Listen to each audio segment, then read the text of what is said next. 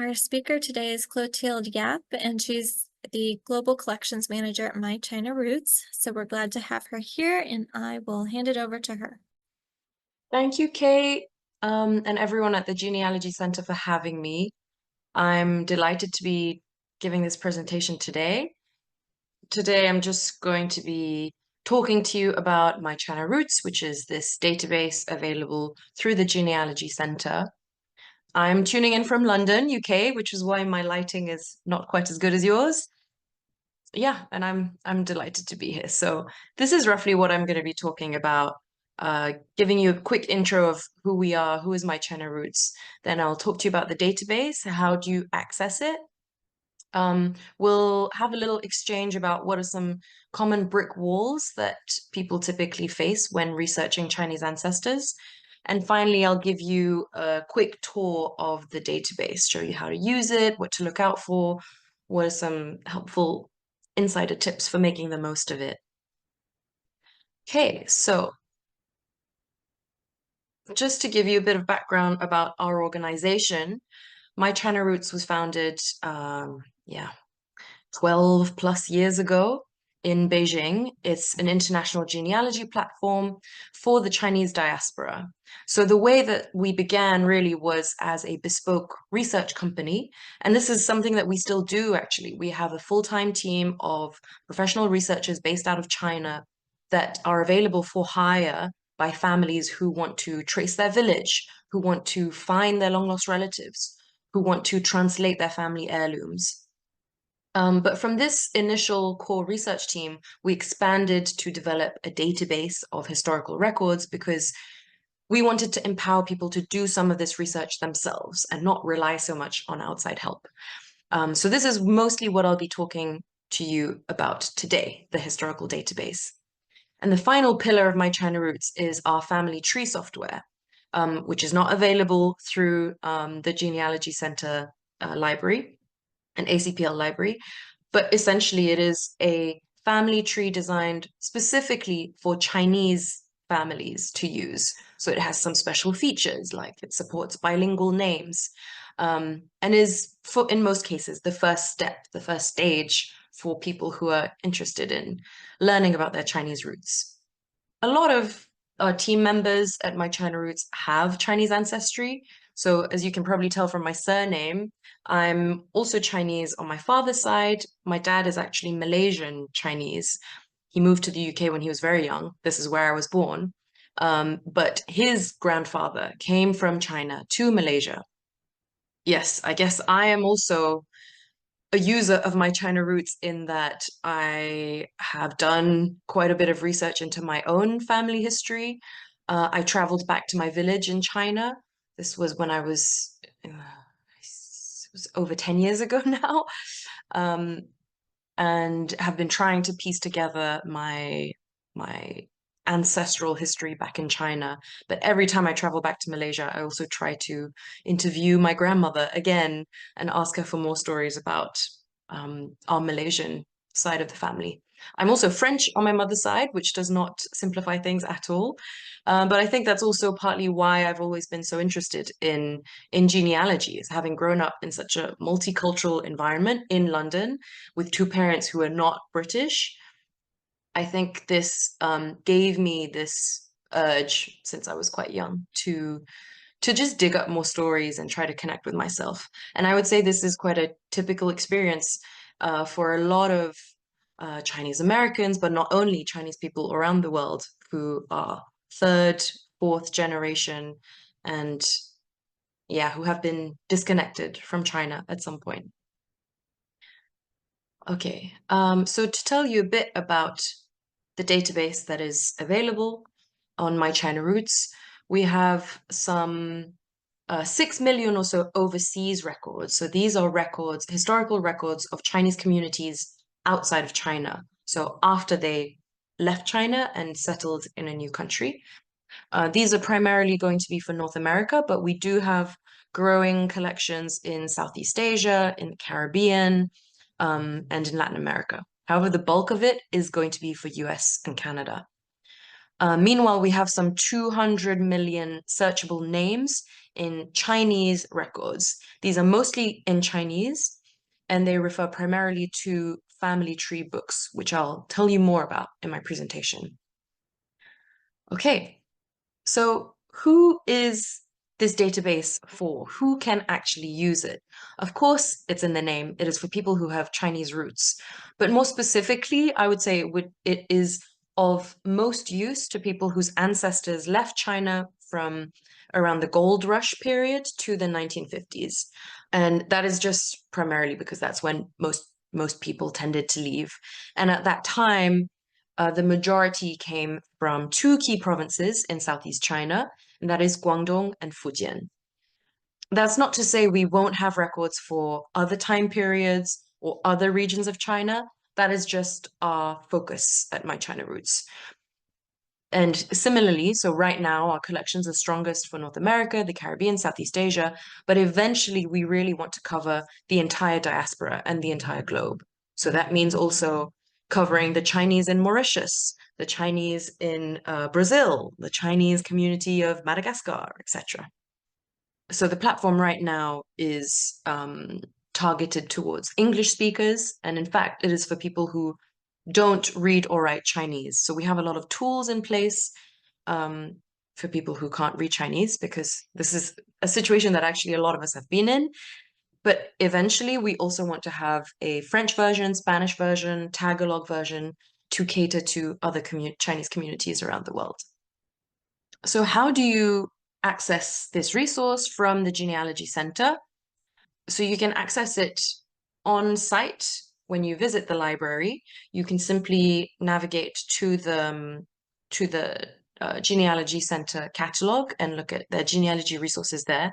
Or even on your own device, you can type in mychinarootslibrary.com while you're at the library, and you'll immediately have access to the database.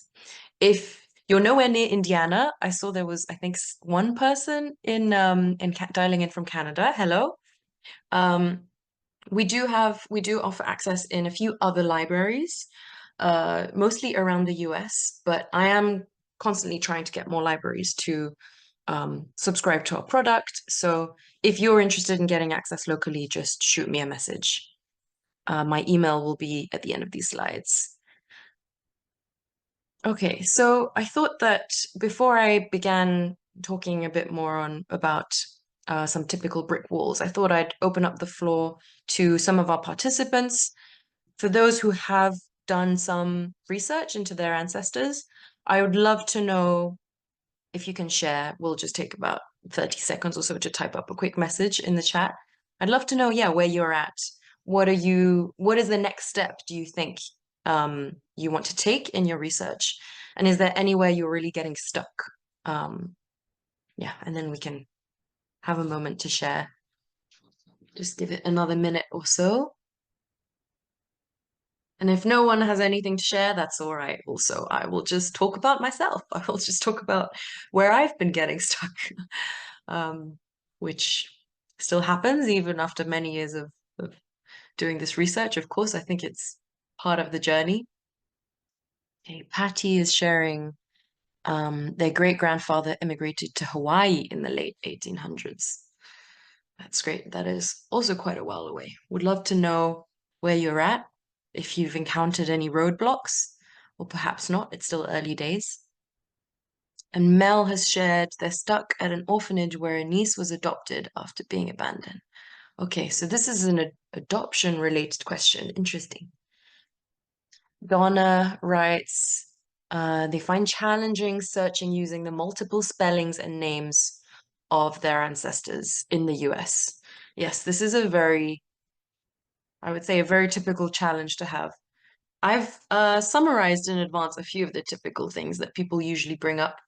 So it's interesting, Donna, that you mentioned this about the spellings, because it is incredibly common. And that's just because at the time that a lot of Chinese ancestors, Chinese people moved to places like the US, there wasn't really a standardized way of writing Chinese names. And in fact, sometimes the person who was immigrating, they didn't really speak English that well. So it was kind of down to the immigration official to transcribe their name however it sounded to them. So that's why you could end up with all kinds of spellings depending on who was at the border that day or um, who was enumerating for the census. It really depends. Coupled with the fact that Chinese people speak all kinds of dialects with all kinds of different pronunciations, and there's no one way of standardizing all of these names. So that is quite a typical one. Oh, so Max writes that they're stuck. You're stuck because your dad has passed away, moved to Mauritius at the beginning of the last century. You're looking for your ancestral village. Um, you only know that it's in Meixian, and you would love to find the clan jiapu. Yes, okay.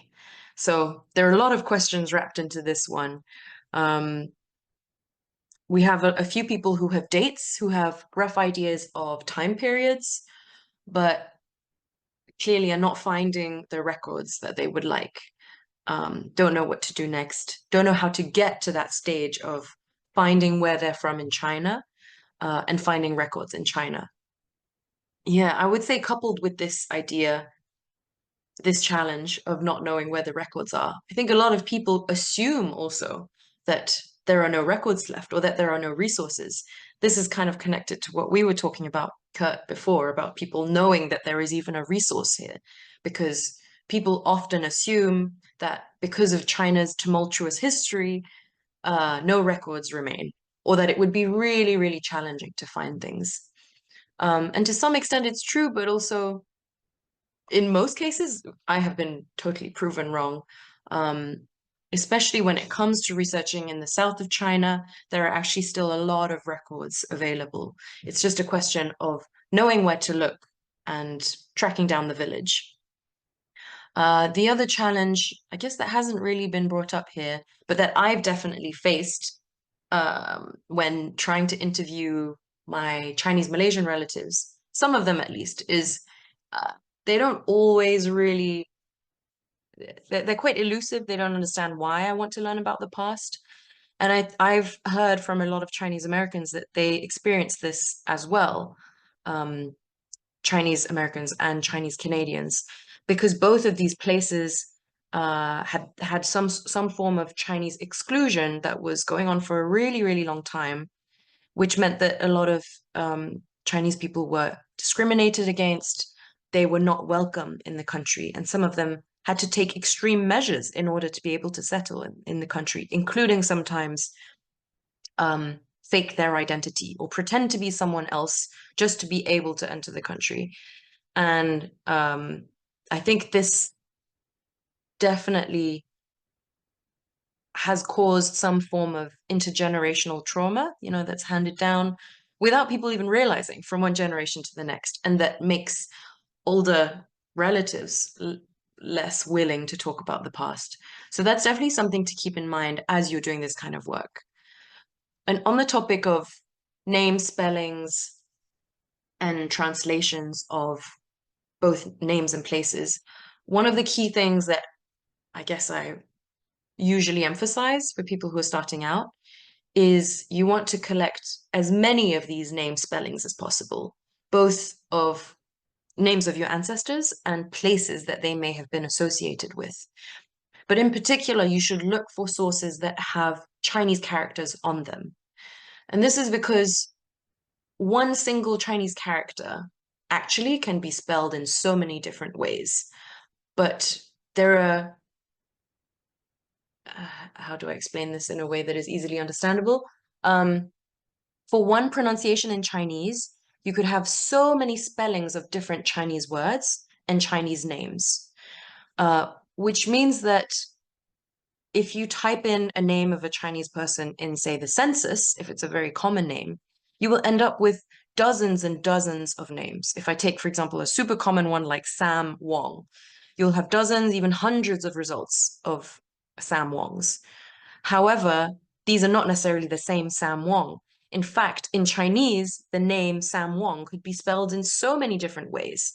So if you know the Chinese characters are going to be much more unique than the English letters.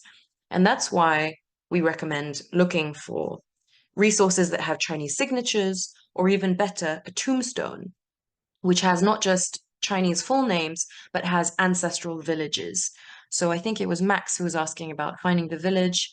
I don't know if you have access to ancestral gravestones, but that would be the first thing that I would look for. And it doesn't have to even be of your direct ancestor, but it can be siblings, uncles, who may have been buried in a Chinese, with a Chinese tomb in a Chinese cemetery.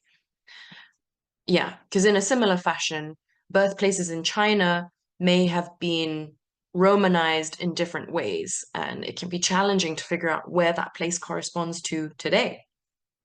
But if you have the Chinese characters, that brings you much closer to locating the ancestral hometown. Which brings me to my next key challenge in Chinese genealogy, which is more of a conceptual one. It's more about how you do the research and what you're looking for. So people assume that in China, it should be similar as other countries, right? You have birth certificates and you have death certificates. And surely, if my ancestor was born in the early 1900s, he or she would have a death certificate of some kind. Unfortunately, that is really not the case. In fact, birth certificates in China were only compulsory and consistently used in the 90s throughout China. So if you have an ancestor who left China in the late 1800s, it's highly unlikely you will find that kind of official document. And that's just because of the history of China. It was never managed in that way. They don't have a history of the church keeping baptismal marriage records or that kind of thing. Instead, the key to finding records of your family is going to be in your ancestral village. And that's because traditionally, clans and communities settled and stayed in the same area, usually a little hamlet in the countryside, for many, many generations. And the core unit of society was the clan. And when I say clan, I mean the surname group. To give you an example, my Chinese surname is Yap. So I have visited my Yap village, the village that my great-grandfather came from. And in my Yap village, um, there are a lot of other individuals who share my surname, who are distantly related to me, who are my second, third, fourth cousins. And in my Yap village, there is a clan temple dedicated to our Yap ancestors. And in it, it has various ancestral tablets dedicated to the ancestors and some transcriptions, historical transcriptions about how the Yaps first arrived here in this village 300, 400 years ago. In my Yap village, there is also a graveyard for the first Yaps who ever settled, who arrived, who founded the village. Now, they don't have much in terms of transcriptions or tombstones, but the locals still remembered stories about them. And of course, the locals were able to tell me stories about my great-grandfather, who I'd never met before. I just knew that he was a stern, a pretty stoic Chinese man who, made his fortune in Southeast Asia and came back and donated some of his money back to his community. And they still remembered him fondly. So you have these kinds of things that you can discover. But the most valuable thing that you can find in your village is definitely the family tree book. So also known as a zupu or a jiapu. These books have been kept traditionally by families for many generations, and they're updated each generation. They're essentially a massive family tree or a pedigree. In it, you'll find the names of each generation. Sometimes their dates, their children, how many children they had, where they're buried, but also whether or not they migrated abroad. And they can go really far back in time. They can go back to the earliest origins of your surname. So who was the first person to ever have your surname? So you're going back to 2000 BC. Of course, that part of history you have to take with a grain of salt because it's so ancient. But on average, these books go back 300 to 400 years. So they're a really valuable resource. And traditionally, the path to getting to those books and is still, can be quite complex. You have to first figure out where your village is, because usually there's just one copy, it's in your village. So you have to find out where your village is. You have to somehow make contact with your village, maybe visit the village. You need to be able to communicate with someone there. So if you don't speak Chinese already, that's pretty difficult. And then you need to know the name in Chinese of your ancestor to be able to check inside the book if he is mentioned in there. But yeah, these are just a lot of steps. And maybe you do find the village, you make contact, but the village head says, "Oh yeah, you sound like one of us. You should come around and check out the book for yourself." So now you have to buy a flight to China. So it's quite arduous getting to this stage. So what we've done at My China Roots is through the platform, through the database, we've digitized a lot of these family tree books and made them full text searchable so that all you need in theory is the name in Chinese of an ancestor to be able to access those books. And if you find your book, you're essentially unlocking a lot of history in just one go. Okay, so now that I've given you sort of the background information, I can show you what kind of resources we have on My China Roots and how do you search, how is it different from other genealogy platforms that some of you may have used before. So I'm just going to switch screens to show you the platform. So here I'm on the homepage of My China Roots. It's pretty straightforward. We have a basic search interface that you can use and an overview of the different record categories that are available. But before I dive into the actual record search, I just want to show you some of our starting resources that are pretty good if you don't even have names yet, maybe, and you just want to do some general background reading to know, to prime yourself for the research. So the first thing that we have that I want to refer you to is our genealogy wiki. So it's under resources in the top menu, and it's the fourth item here. Click genealogy wiki. And we've been compiling a few helper articles to get people started, including, yeah, just what is Chinese genealogy? What are the key things that I should be looking for? What are some of the keywords that I should be thinking about? And what are my main sources of information? Some of these are going to be obvious, like interviewing family members, and others will be less obvious, maybe like looking for tombstones of your relatives. And this is a good place to start. I know that, let me see, I don't know if we have an adoptee, our adoptee research guide is still very limited at the moment.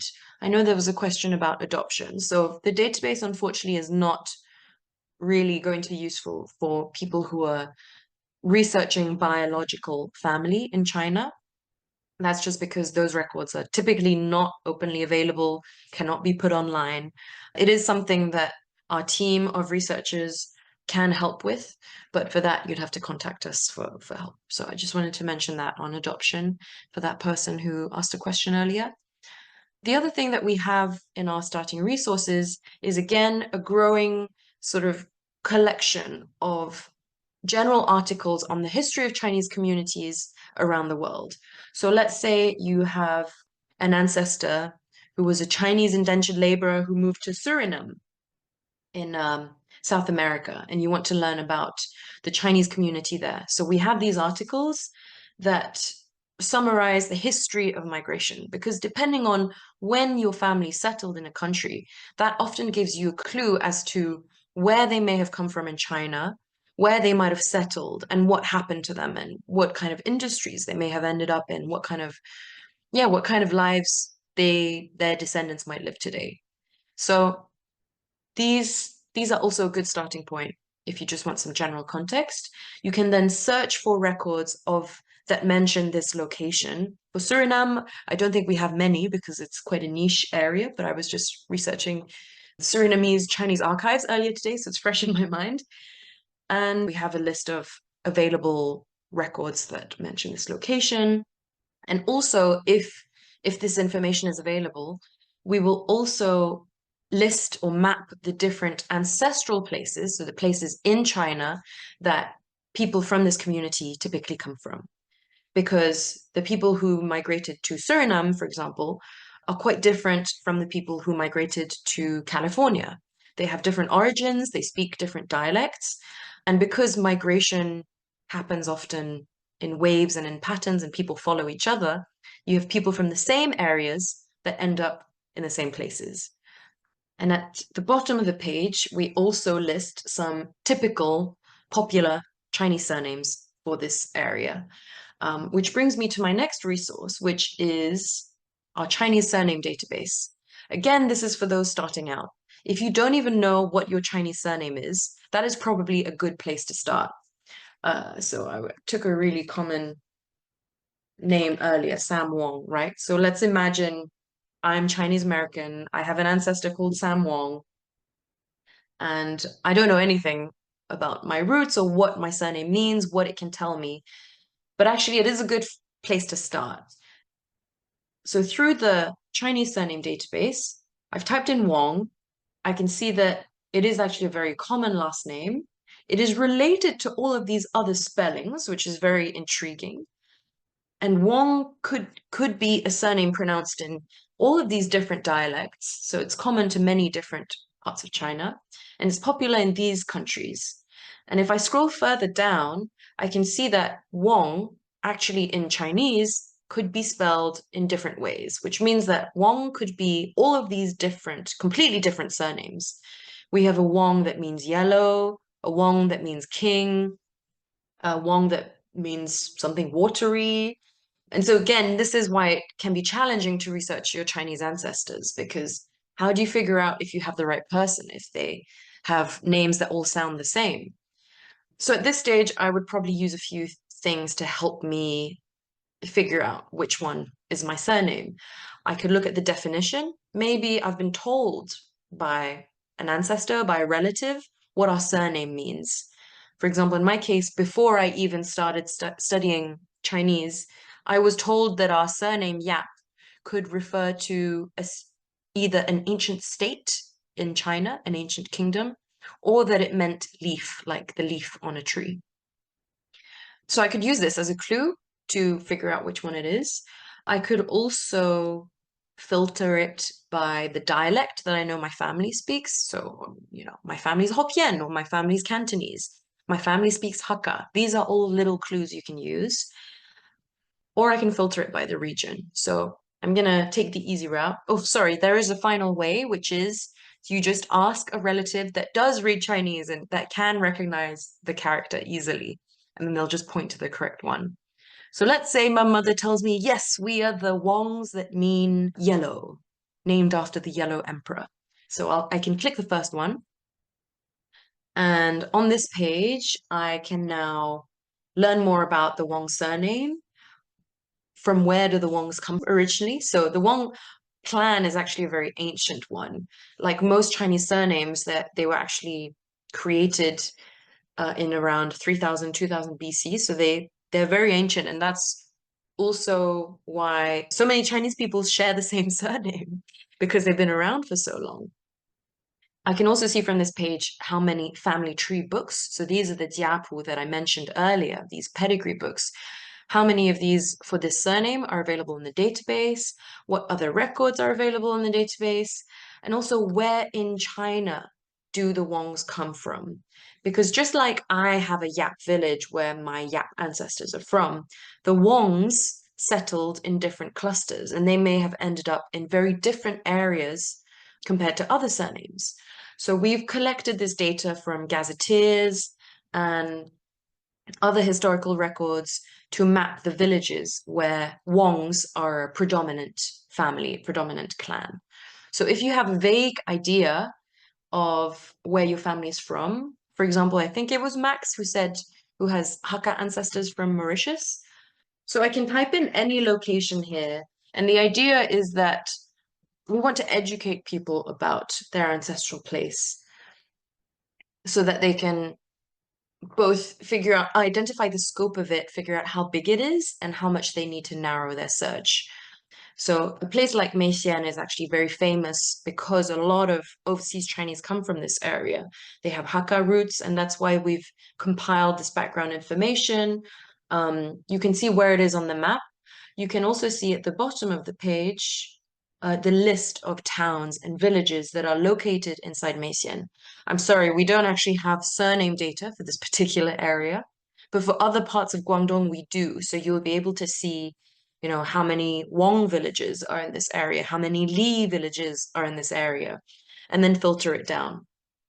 The other thing that we have in this village database is we also record historical place names because many place names in China have been changed over the years.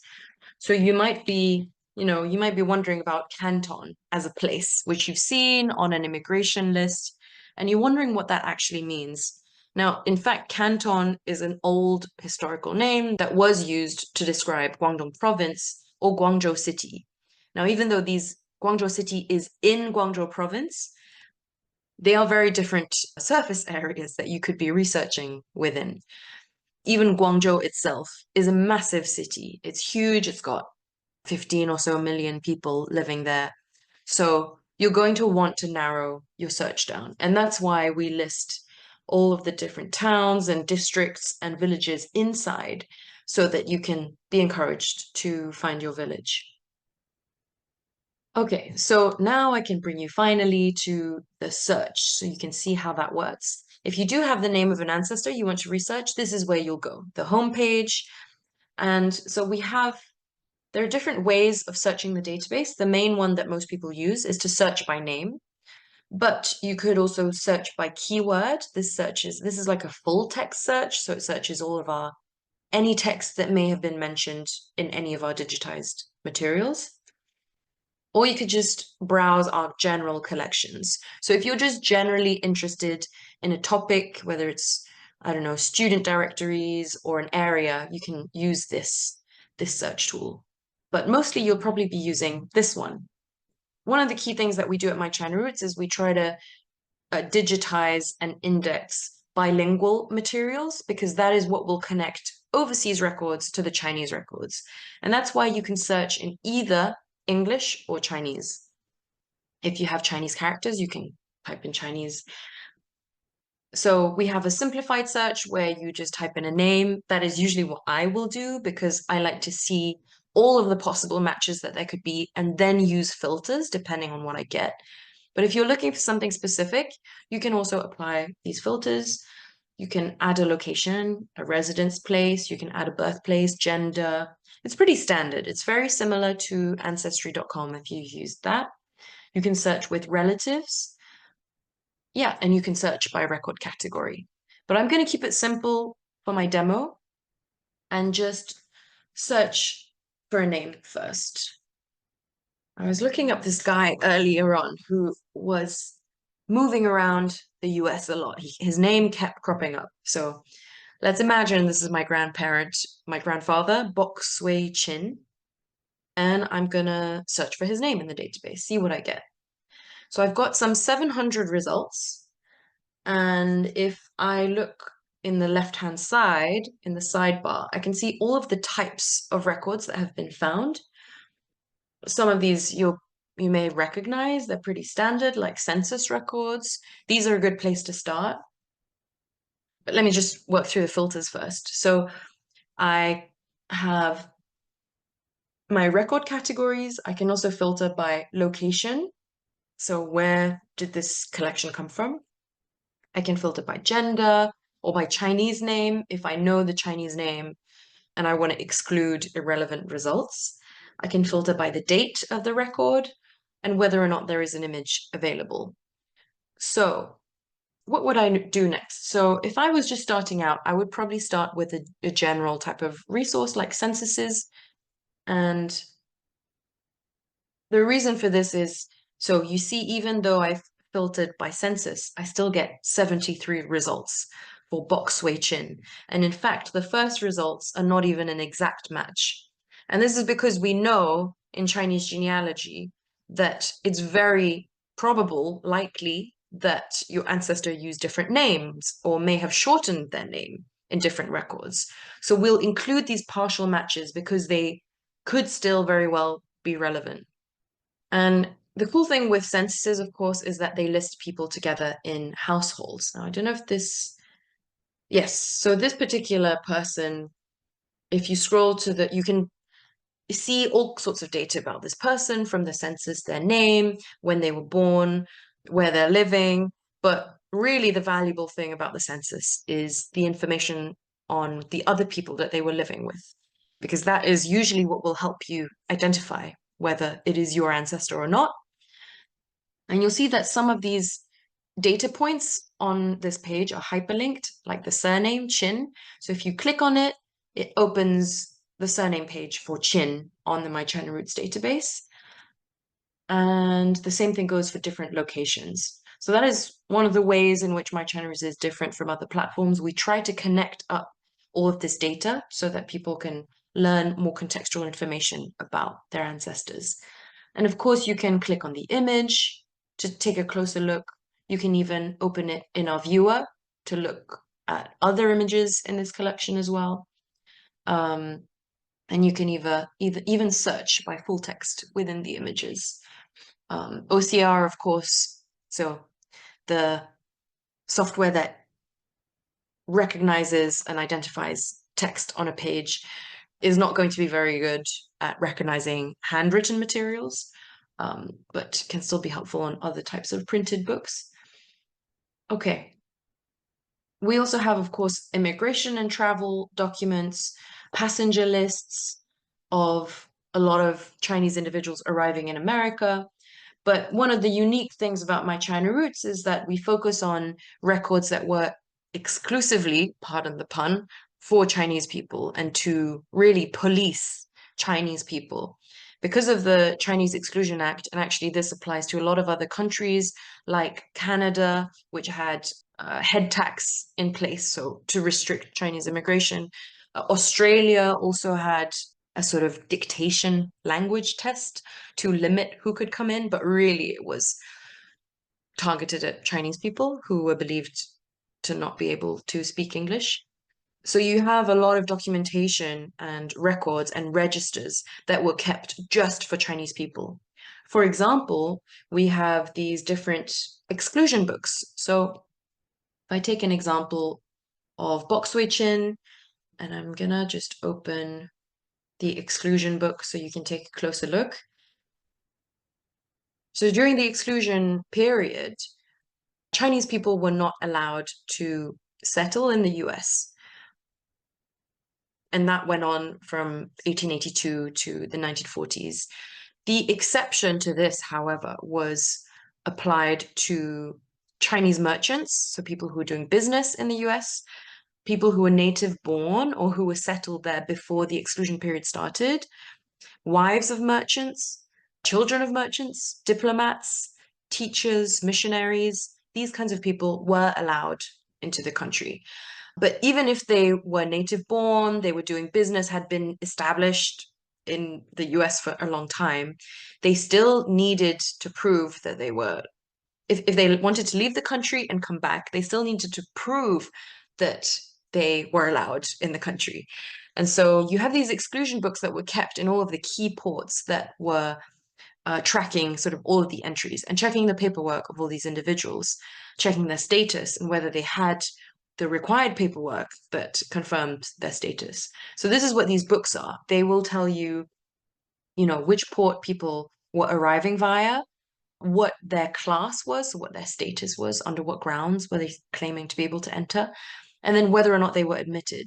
And these dates are really helpful for cross-checking with other passenger lists and records. So if you find a passenger list of an ancestor or who you think is an ancestor entering the country, then it's helpful to cross-check these books as well to make sure you have the right person, the same person. Sometimes there is more information on the passenger list or more information on this.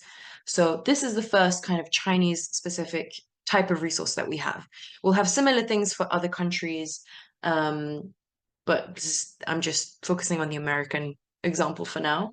And then on the flip side to these books is we have quite a few immigration case files. So as I mentioned, each time a Chinese American individual wanted to enter the country, they needed to supply all kinds of forms, even in advance of their trip, of their departure. They had to tell the government, okay, I'm going to be coming back. This is my paperwork. My wife is going to be with me. Here's her picture.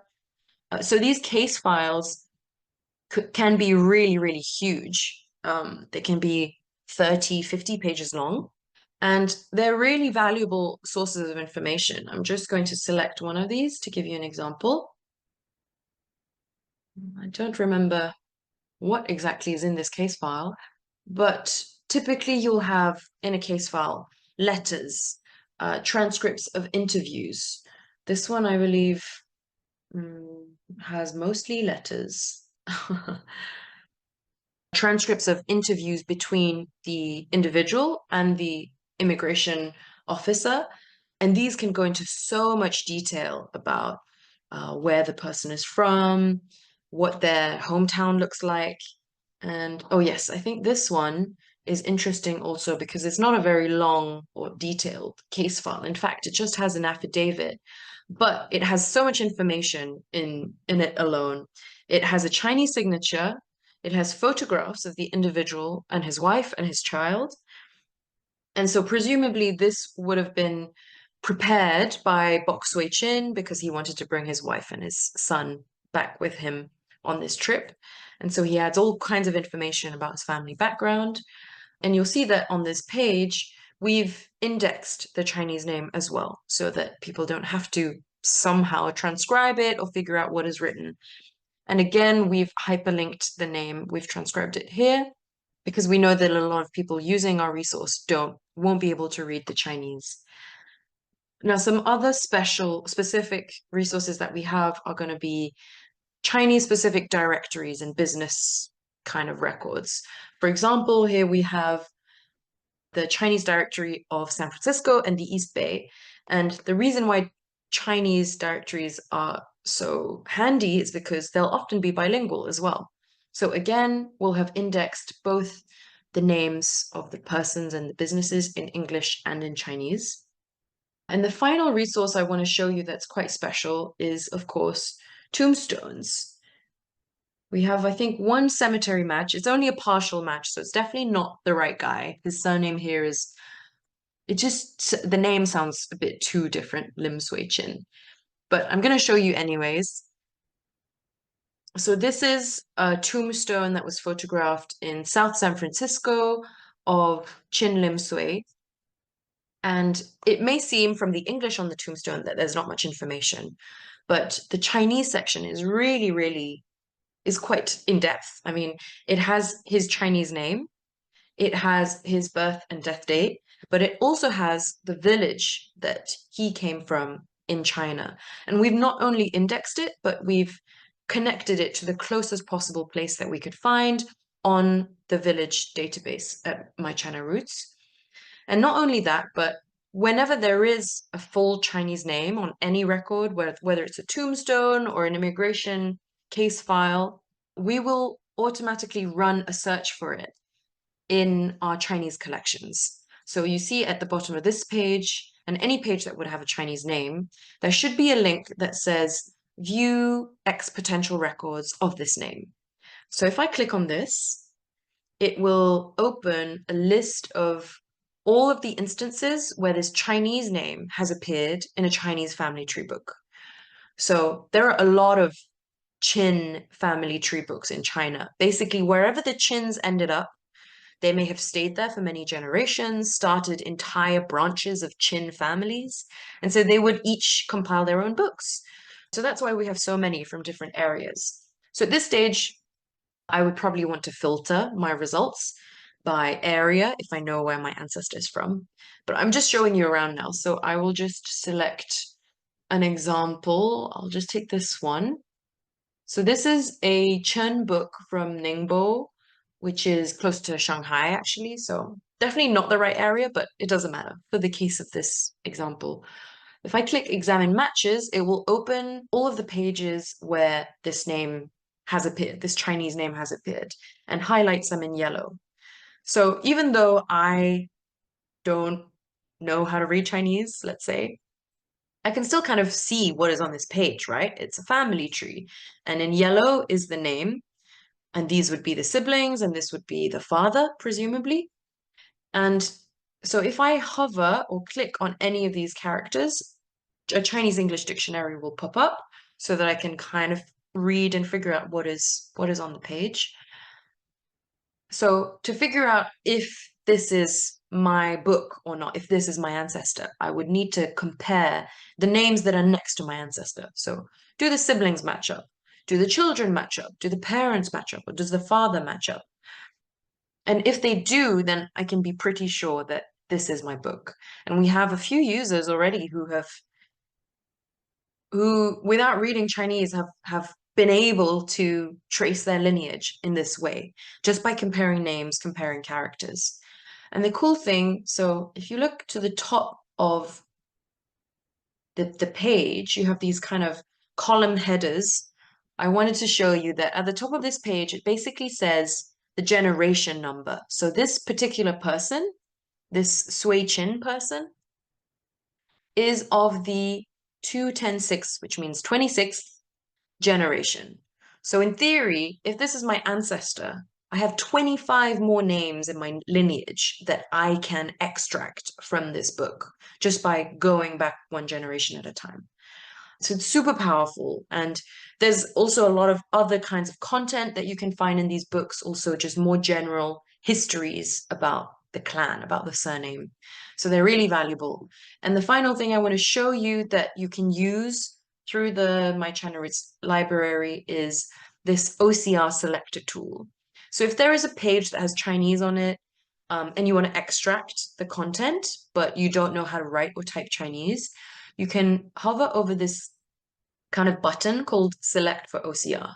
And if you click on it, it will let you select any text on the page. Actually, works with English or Chinese, but I'm guessing most people will want to use it for the Chinese. Then click again OCR selection, and then it will extract the characters for you. So you can then copy paste them, and you can even get a Google translation. So of course, don't trust Google Translate all the time. Don't trust it with your life, but it does get you there about halfway.